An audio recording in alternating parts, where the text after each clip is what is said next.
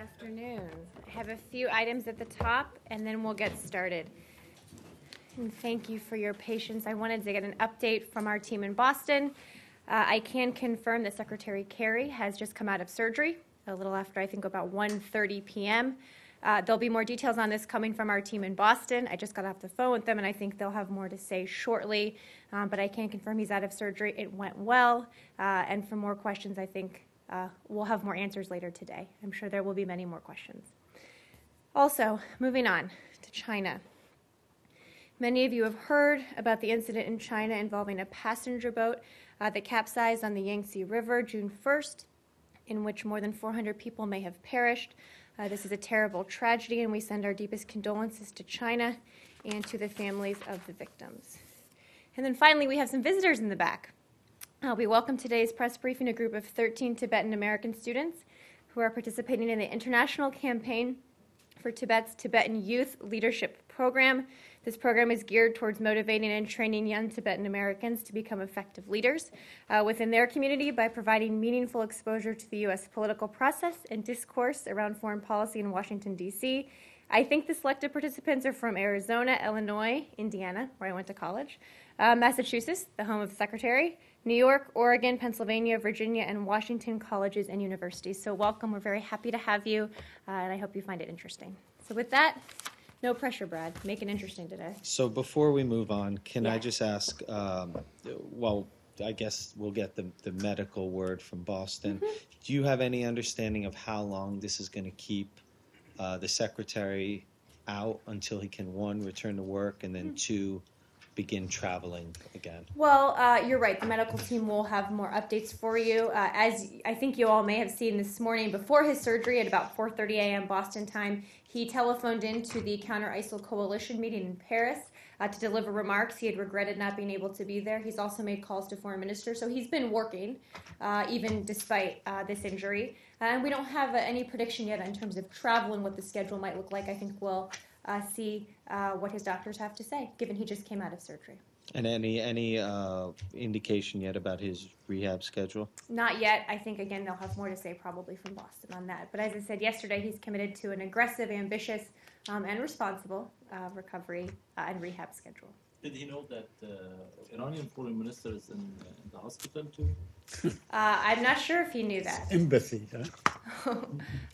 Well, you know, we've had throughout these talks a number. You remember Undersecretary Sherman at one point had an injury as well. So we all understand the Secretary is resting in Boston, and we'll have more to say about his recovery soon. I just wanted to ask you about how long was the surgery, do you know? I think they'll have more details coming out of Boston. So it was several hours. But I think, again, they'll have more details from the team up in Boston. Can I ask you about the Paris conference? You can. I think you'll be able to answer maybe more about that than this subject. Yes. Deputy Secretary Blinken said that everyone would redouble efforts. Mm-hmm. What did he mean? What are you going to double? Advisors, equipment? What is the actual redoubling going on? Well, I'm not sure he was using double in a specific way. I think he was using it colloquially to mean that this group that met in Paris agreed on a couple of things.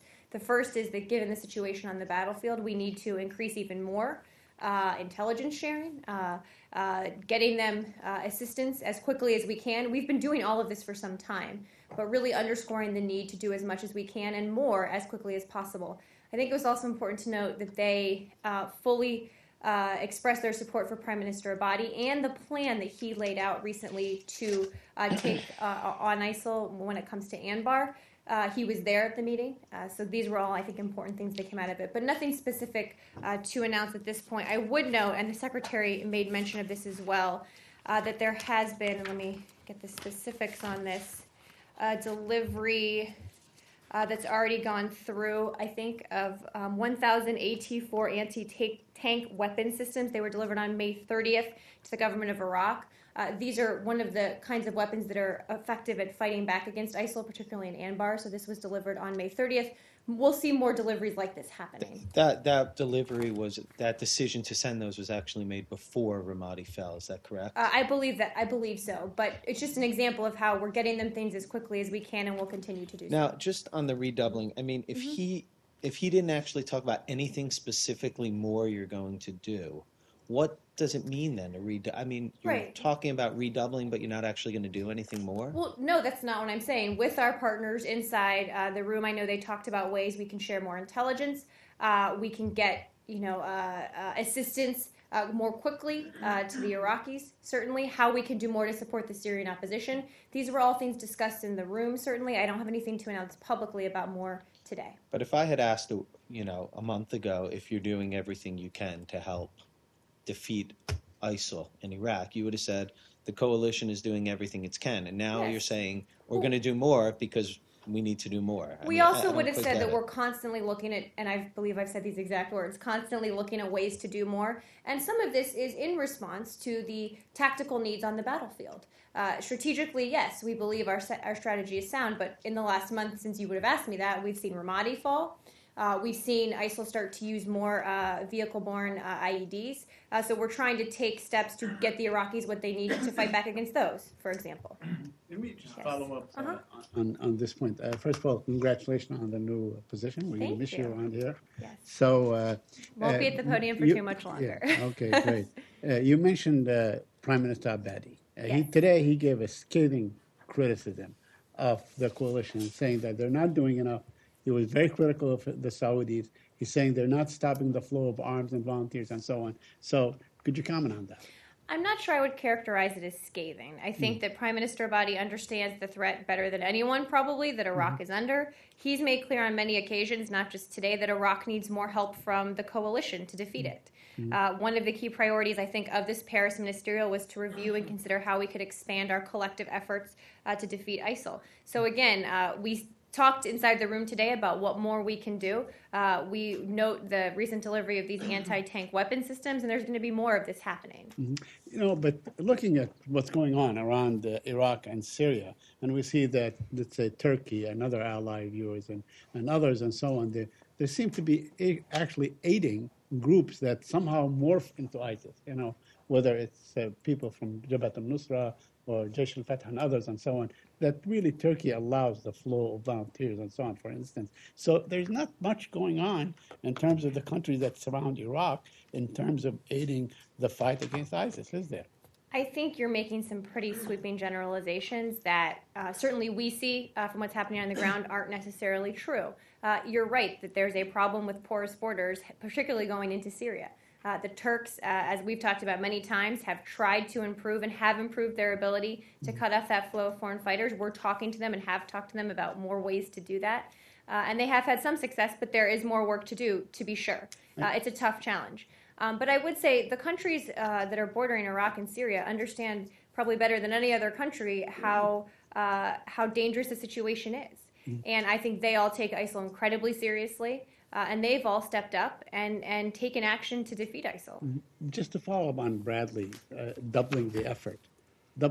So in terms of bombing, which is really the main sort of coalition effort It's thus one far, of five. One of five, but it's the one that's, the omnipresent or the most The one that gets the most important. press attention, Okay, the one that gets so much press and so on. So are we likely to see, let's say, double the raids, double the amount of airplanes that are bombing, more area that is going to double the area that is going to be bombed and so on? Well, I think militarily the coalition makes decisions on where to take military action and strikes based on tactically what makes the most sense. It's not a quantity thing, it's a quality thing. But if you want to get into quantities, I'm happy to give some to you. As of June 1st, the total strikes in Iraq and Syria is 4,310. In Iraq, that's about 2,638. In Syria, about 1,672. 9 countries have taken airstrikes inside Iraq. 6 have taken airstrikes inside Syria, including a number of the countries in the region. So the coalition is bringing quite a bit of firepower from the air to help support this effort to push ISIL out of Iraq and to take them on in Syria. But there are other pieces to this strategy, some of which are farther along than others, and some of which are going to take a little more time. So you dismiss the accusations that you are actually not bombing ISIS enough? I mean, 4,310 airstrikes against ISIL in Iraq and Syria. I think the people on the receiving end of those probably feel like we're taking a lot of military action. Yeah. Still on this? On the Paris summit, yeah. The Kurdish government has once again put out an official statement criticizing Baghdad and the international community for not having invited one of its representatives to that summit? Do you have any? Well, as head of the government of Iraq, Prime Minister Badi was the representative for the Iraqi government at the conference, as is per usual. We have enormous respect for the Kurds. They've shown courage, certainly in this fight they've taken to ISIL in coordination with the Iraqi government. The U.S. and the coalition has been very supportive of Iraqi Kurdish forces. And we will continue to do so. General Allen, Ambassador McGurk have met directly with senior officials from the KRG on nearly every trip they've taken to Iraq, and will continue to do so. So the head of the government of Iraq, as one country, represented them at this conference, but certainly they are a key part of our strategy. We have supported them, and will continue to do so. So just you believe because the representative of the Iraqi government was there, The Prime there is Minister- no need for a Kurdish representative Well, to. the Prime Minister is the representative of a government, just as in our country the President would be. But that doesn't mean we're not supportive of the Kurds. Doesn't mean we're not talking to them about strategy at every turn, because we absolutely are. Just one more question on the number of weapons you've sent. You sent on May 31st. Is that On the 30th, Yeah, you just said 184. 1,084 anti-tank. 1,084. Yeah, that was on the 30th. Does any share of those weapons go to the KRG? I can check and see. I'm not sure of the ultimate destination for that. Thanks. Very, to do with the Islamic State, the U.S. Embassy in Syria was today tweeting lengthily on reports that Assad is not only avoiding ISIL lines but actively seeking to bolster their position. Mm-hmm. Is this something independently that you have verified? Well, I spoke about this at the top of the briefing yesterday a bit. We had spoken about reports that we had from the opposition regarding exactly what you mentioned that I spoke about yesterday. We are looking into the credibility of those claims. We don't have independent evidence of them, but we've certainly received a number of these reports and thought it was worth drawing attention to it. If true, that means President also said about the situation in Syria, having seen those same reports, that the U.S.-led coalition really needs to look at trying to coordinate airstrikes with the Syrian military in order to prevent ISIL from trying to claim Aleppo, claim a nearby town that controls a major border crossing. And he also said in this interview to Bloomberg Television that he believes that the U.S., and I'm paraphrasing here, are simply letting their ideological views color something that should be a tactical decision. What is the U.S.'s take to the foreign minister's comment? We're certainly not going to coordinate with a brutal dictator who's massacred so many of his own citizens. That's just an absurd proposition. That's certainly not going to happen. And look, there's nothing ideological about standing up and saying Bashar al-Assad has no place in the future of Syria, and we are not going to partner with a brutal dictator like that to defeat a terrorist organization. We're just not going to. That's not how we do things. Is the U.S. talking actively then with the Russians about what influence they can bring to bear to try to deal with what the opposition says was a sneak attack on them by ISIL fighters in and around Aleppo in recent days? Well, we have recently had productive conversations with the Russians at various levels on the urgency to get to a genuine and sustainable political transition. As you know, Secretary Kerry was in Sochi not too long ago for discussions with President Putin and with Foreign Minister Lavrov. So we, again, have long said that we need to get to a political transition that's in line with the Geneva Communique, that there is no role in Syria's political future for Bashar al-Assad, and we will work with the Russians to see if they can pressure the regime to get back to the negotiating table in a serious way. They were able to help pressure to get them there previously. Obviously, those rounds did not end with what we needed to see. Are you seeing an increased amount of concern on the Russians' part to try to I'll let the resolve with Russians this? speak for themselves. You just said you're not going to coordinate with a brutal dictator, or the United States doesn't coordinate with brutal dictators. That's not always been the policy, is that right? I was answering a question about Syria. Do you have a specific question? Well, you said it as a general principle. Yes. So on this specific instance, you're deciding that it's So we're not going to work worth with Bashar al-Assad.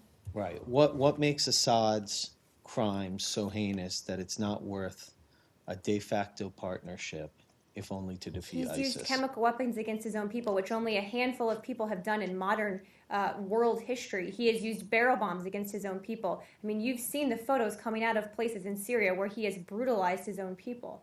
I can't imagine how anyone could suggest that we just to Well, the United States defeat a worked terrorist with- organization, we would work with Bashar al-Assad. Well, just to defeat it, that's a major undertaking, as you've made Absolutely, clear. and we don't need to work with Bashar But al-Assad the to do United that. States worked with Joseph Stalin to defeat Nazi Germany. I mean, these types of marriages of convenience happen all the time throughout I'm history. just not going to compare this to any other historical case. Could I just quickly follow up? You keep saying that, Bashar al-Assad cannot be part of any future for Syria. Now, on the other hand, he does represent a sizable portion of the Syrian population, whether we like What are him or you not. basing that on now, Saeed? Oh, on all kinds of statistics, on all kinds of polls and so on. You He think represents- those polls coming let out me- of war-torn Syria I can are- go through a list. Do you like really the think those polls are Christians, accurate? like the minority, like many Sunnis and so on. I'm not saying good, bad, or indifferent. I'm saying that he does represent, or there are people in Syria, or a large minority in Syria, that feels that Bashar al-Assad represents them. So in any kind of political solution... I don't agree. I don't agree that there's a large minority. I would love for you to show me some evidence because I Well, just don't agree with that assessment. In the event that he does, represent a large minority, would then he be qualified to sort of be part of any kind of political resolution? No. Okay. Mary, but Andrei from TASS. Mary, but you did work with Bashar al-Assad on his chemical weapons What are you referring to specifically? when they were renouncing their chemical weapons arsenal. We did not.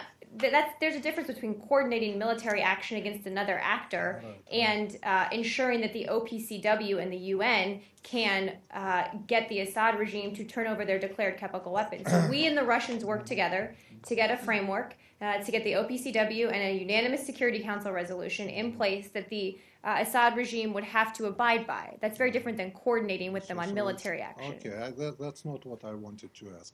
I actually have a question on Russia. Now the real question. Right. But I knew we were getting to one. But the question I came over with was superseded by the news of the day. So I want to ask you about the news of the day first. Is it about FIFA? FIFA, yes, Yes. FIFA, of course.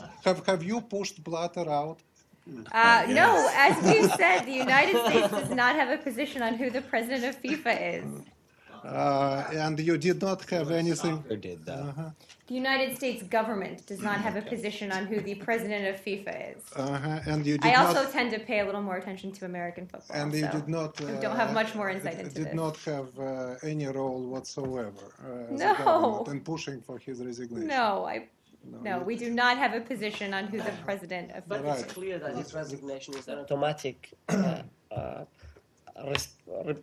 outcome of the investigation. Is that has- clear based on what? Your analysis? I mean, because if there was no this corruption, I don't think he will ever resign.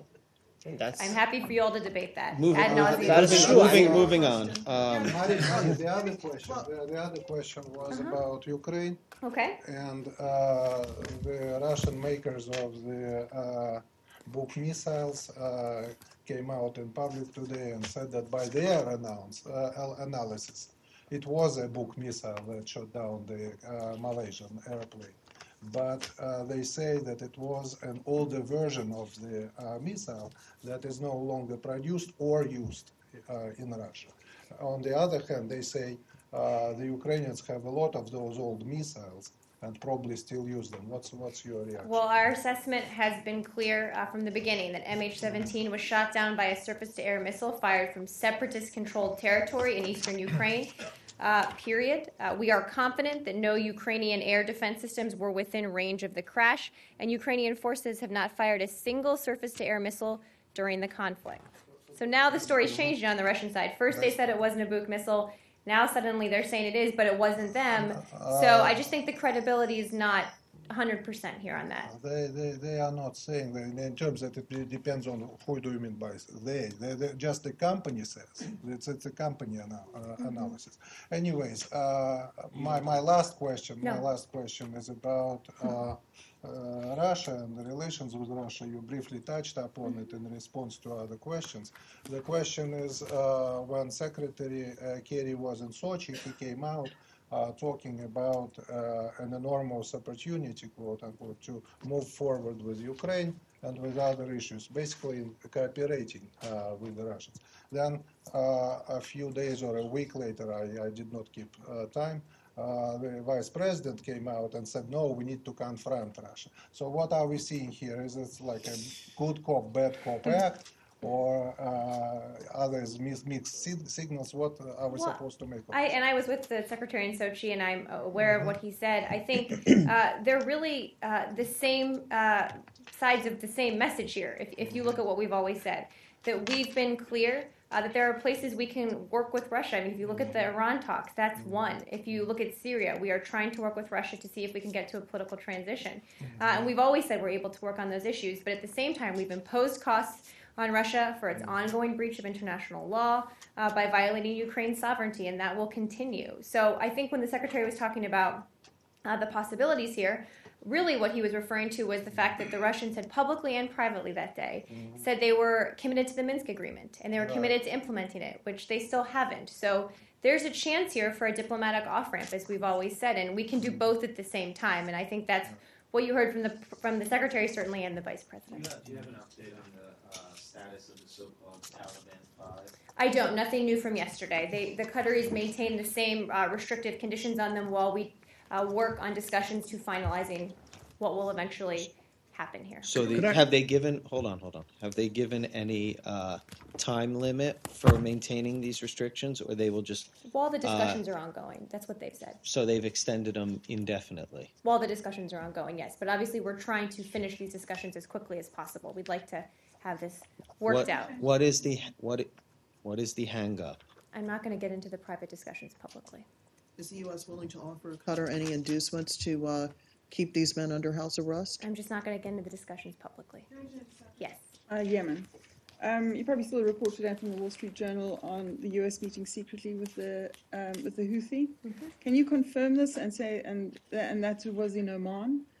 Also, did that particularly lead to the release of the hostages, or was this? And did you have any advance? Did you make any advances on a ceasefire? Well, these meetings in general, including that one that's mentioned in that story, as I said yesterday, are part of our broad engagement with elements of the Yemeni political spectrum. We used that meeting to reinforce our view that there can only be a political solution to the conflict in Yemen, and that all parties, including the Houthi, should commit to participation in the UN-led political process. So, Assistant Secretary Patterson traveled to Oman and Saudi Arabia to conduct meetings and consultations with a variety of regional parties on the crisis in Yemen writ large. And they were really focused on getting the different political constituencies to attend the planned talks in Geneva, again, including the Houthis. I've asked you yesterday about this meeting, and you didn't confirm it. What happened between Sometimes- yesterday and today? Sometimes I have additional information to share on different days. I took your question back and tried to get you an answer, actually. Let's say that. No, can we just keep going on this one? Just how long did this meeting go on for? Can you give us a date on? Just to be very clear, they had a number of different meetings, so I caution anyone from focusing too much on one. Over what period of time? I can get the exact dates for her travel. I just don't have that in front of me.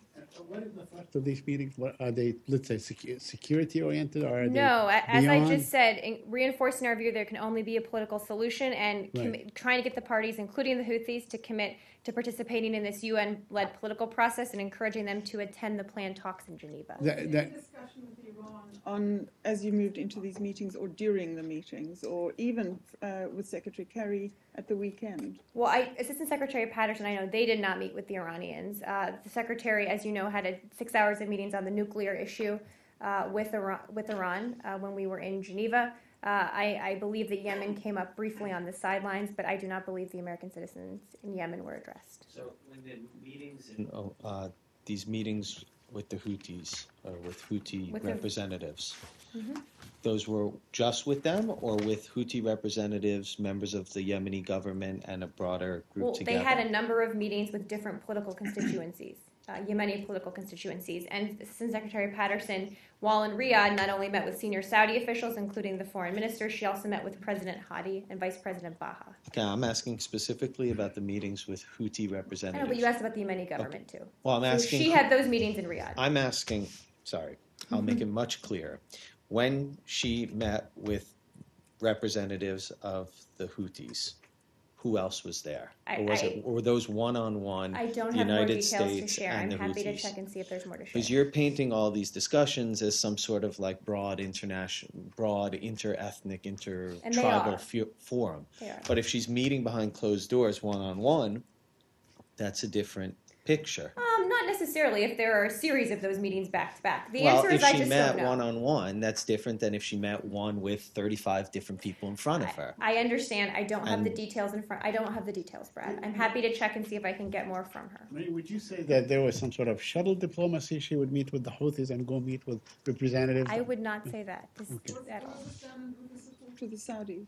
As I said, when she was in Riyadh, she met with senior Saudi officials, and I just don't have more to say on that. Would she have carried a message or? I don't have more details about these private meetings to share. Can I ask you a question on Snowden? Sure. Yeah, he's being given an award, a prize in Norway, and he might be allowed to go in to collect the prize. Would you sort of advise the Norwegian government against receiving him? Well, we would advise any government that there's only one place he should travel, and that's back here to the U.S. to face the charges he faces. Okay, Very would you- serious ones. And if he had the courage of his convictions that he claims, he would come face justice here in the U.S. Would you ask the Norwegian government to extradite him in the event that he goes there? I just don't want to hypothesize on that. Question about the Trans-Pacific Partnership. Yes. This morning I spoke with New York Congressman Gregory Meeks, and I asked him about the LGBT rights situation in Brunei and Malaysia as it relates to broader concerns about human rights with this particular trade agreement. He told me, in quote, "There's enforceable standards," end quote, within the TPP to guarantee human rights. Do you have any specific details about what enforceable standards are? I don't. I'm happy to check with our team and see if there's anything we can share. But as we've said, this issue with human rights and the TPP has come up quite a bit, certainly in discussions. And one of the reasons we think these partnerships are important is so we can raise the standards of everyone else on human rights writ large. But let me see if there's more we can share. Okay. On a related note, when are we going to see the human rights report? We don't have a date scheduled for that yet. As soon as we can. Okay, why is that? Well, for a long time, Assistant Secretary Malinowski and the Secretary were traveling at different times, and that requires both of them to be here. And now, of course, we don't have a schedule for Secretary Kerry for the next few weeks finalized. So as soon as we possibly can. So would the TPP raise the standard of human rights in the United States as well? What are you referring to specifically, You Brad? I said- think our standard for human rights is pretty high. It's better than everybody in the TPP, and they would all come up to our level? What it does is raise standards for workers, for human rights, on all the environmental standards. Do you have Would that affect, for example, union laws in the United States in any way? I'm happy to check with our trade experts and see if there's more to share. With the fact that Secretary Kerry is going to be, convalescing for a while, will it push the release further even in the I future? think he would 'Cause you said disagree several with weeks? your characterization of what Okay, his I'm sorry. recovery will look like. Recovering. We really I use just the- haven't taken same. anything off the schedule. No, Someone because you asked about said the that- AJC speech yesterday. We really just until he's been out of surgery now. We'll talk to his doctors and we'll set a plan for how things will proceed. Sorry But for obviously, the- it's important to get it out. Sorry for misusing words. No, you're not. He's just he's one of those patients that's very adamant about Science, having an ambitious recovery. I promise you that. Yes. Well, rather, Mexico and Cuba. The president has nominated the assistant secretary to be the new ambassador to Mexico. How will that affect her ability to carry out her current job, which includes the normalization talks with the Cuban officials? Well, until she's confirmed for this position, she remains Assistant Secretary for Western Hemisphere Affairs and will continue in her role. And I think, if anything, this just shows the confidence that the President has in her, certainly, and that this administration has in her. So there's no point where she'll have to put aside her day-to-day work so that she can prepare for her confirmation hearings? Not to my knowledge, no, there is not. I think Roberta Jacobson can do both at once. Do you have any reaction to House appropriations? I don't think it's been fixed yet, but a plan that would withhold hundreds of millions of dollars from the State Department budget as punishment for delays in handing over Benghazi documents. Yes, we've seen that. We're obviously committed to openness and transparency in government, and when it comes to Benghazi documents, we've been incredibly forthcoming with Congress on this issue, and we are working to get more out publicly as well, as we've always said. And I think it is sort of counterproductive to threaten to cut funding for the precise people you need working to provide you with more information. So I'm not sure if this is actually designed to get the outcome they want or sort of to make a more political statement, but we are working every day to face the challenges with the number of requests, certainly from FOIA. The number of congressional oversight requests has dramatically increased. So we're putting more resources towards that effect. So I'm not sure why you would want to cut resources. It seems like that would be a counterproductive argument. Well, I don't know if they would be earmarked for reduction from the FOIA office per se, but you would be Check with upset them and see where they come from. You would be I'm upset, curious I what they would imagine, say. with any reduction whatsoever to Correct.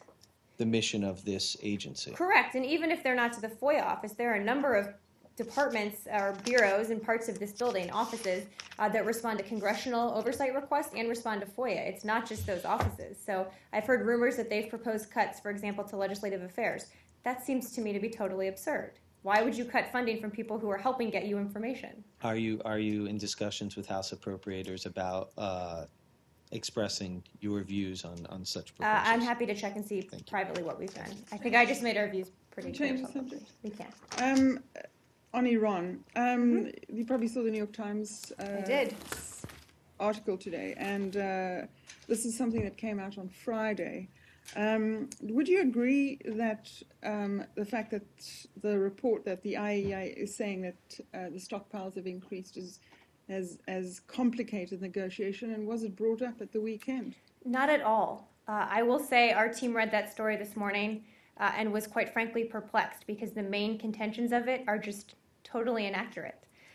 First, the notion in the story that Western officials or U.S. officials involved were unaware of this issue or not understanding of what this entails is just absurd. Under the JPOA, Iran can fluctuate its numbers in terms of the stockpile. They can go up and down.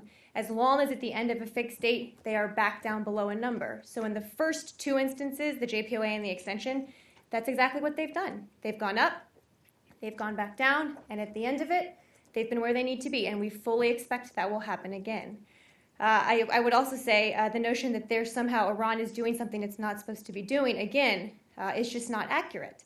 They are permitted to go up and down under the JPOA as long as at the end of it, again, they're where they need to be. And then finally, I would say, and you may have more on this, more questions, the notion that this is some obstacle is just patently absurd. They are permitted, again, to do what they're doing here, and they've always gotten where they need to be. We expect they will again here. And look, there are some real issues, serious ones we have to resolve in these talks, and this just isn't one of them. What matters is they've committed already, and we've said publicly, to reducing their stockpile whenever this is implemented to 300 kilograms. How they'll do that is a topic of negotiation, but quite frankly, it's not one of the toughest ones.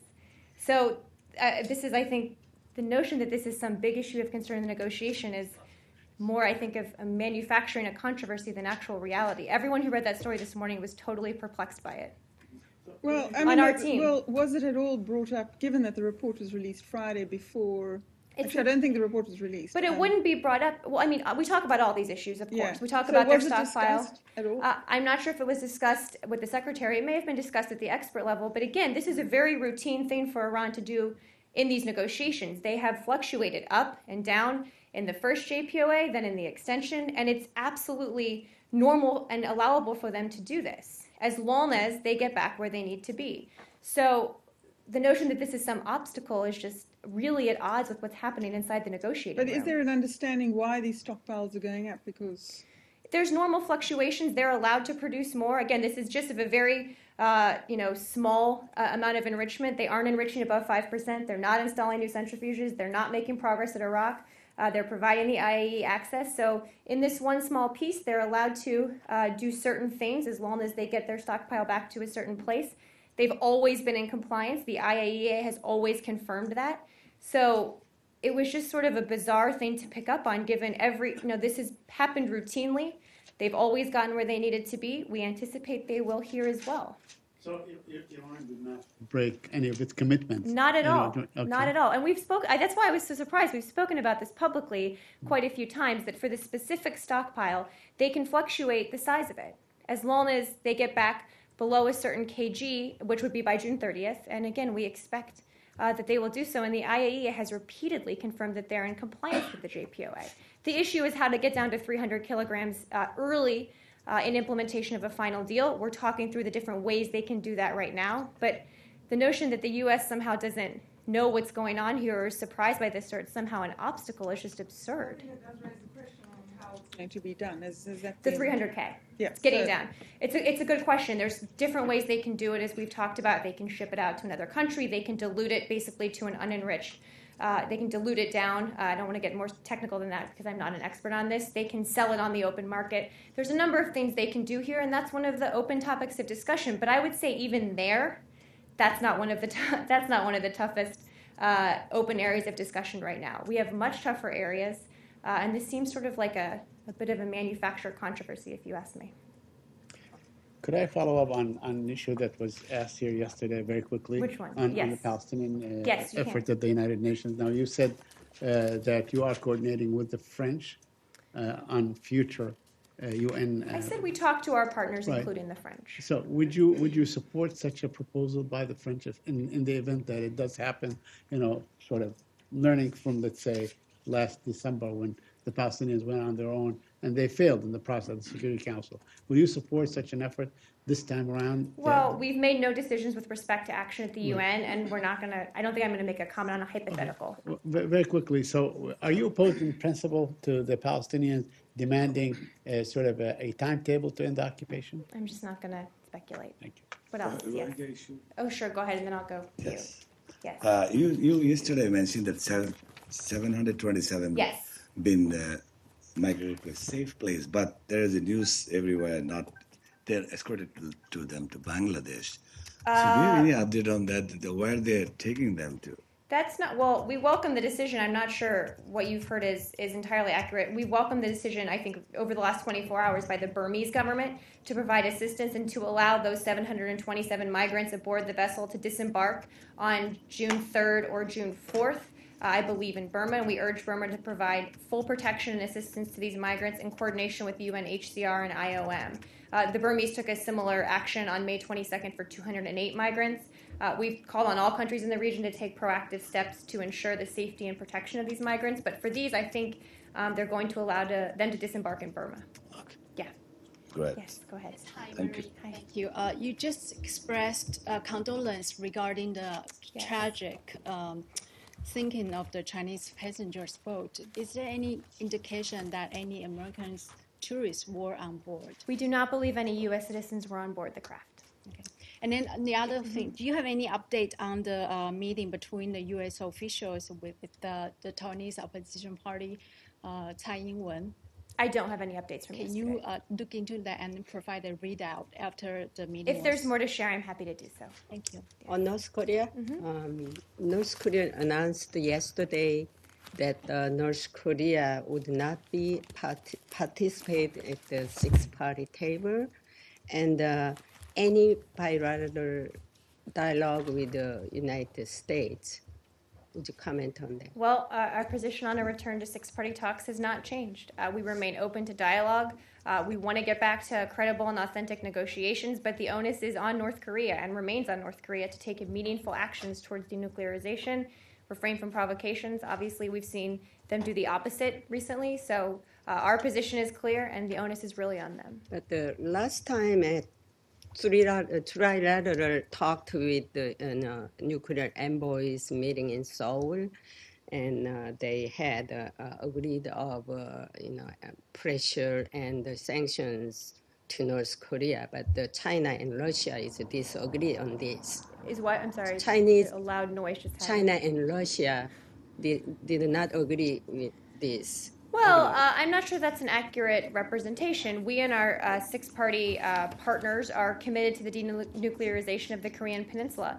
Secretaries had conversations when we were in China recently with senior Chinese officials about the need to increase pressure on North Korea. He also had conversations with the Russians as well. Yeah, if Chinese and Russia and both disagree with these sanctions and pressure to North Korea, what did happen? Because As I said, we and our partners are united in our belief that more needs to be done to pressure the North Koreans, and I just don't have more for you than that. Yes, Michelle. Can we go back to Syria, please? can. News reports have said that Russia has stopped providing the Syrian regime with the arms and ammunition. Who says that they have? News report, Russia. has Okay. stopped providing the I'm regime. happy to check. I can't confirm that. Thank you. See, you're not disputing what the IAEA is saying, on the This- 20%. Correct. That this stockpile has risen. I'm not disputing what they've said, but also IAEA reports are a snapshot in time, and there's nothing inherently wrong with that happening under the JPOA. That they can fluctuate, and if you look at previous IAEA reports, they've said the same thing. That stockpile has gone up and down throughout the JPOA and the extension. That's allowable as long as they again get back to that very specific number, 7,650 kilograms of up to 5% enriched uranium hexafluoride by the end date of each of these terms. They've done that every time. We expect them to do the same thing this time. So it doesn't concern you? It does not. It does not. Thank you. Thanks, guys.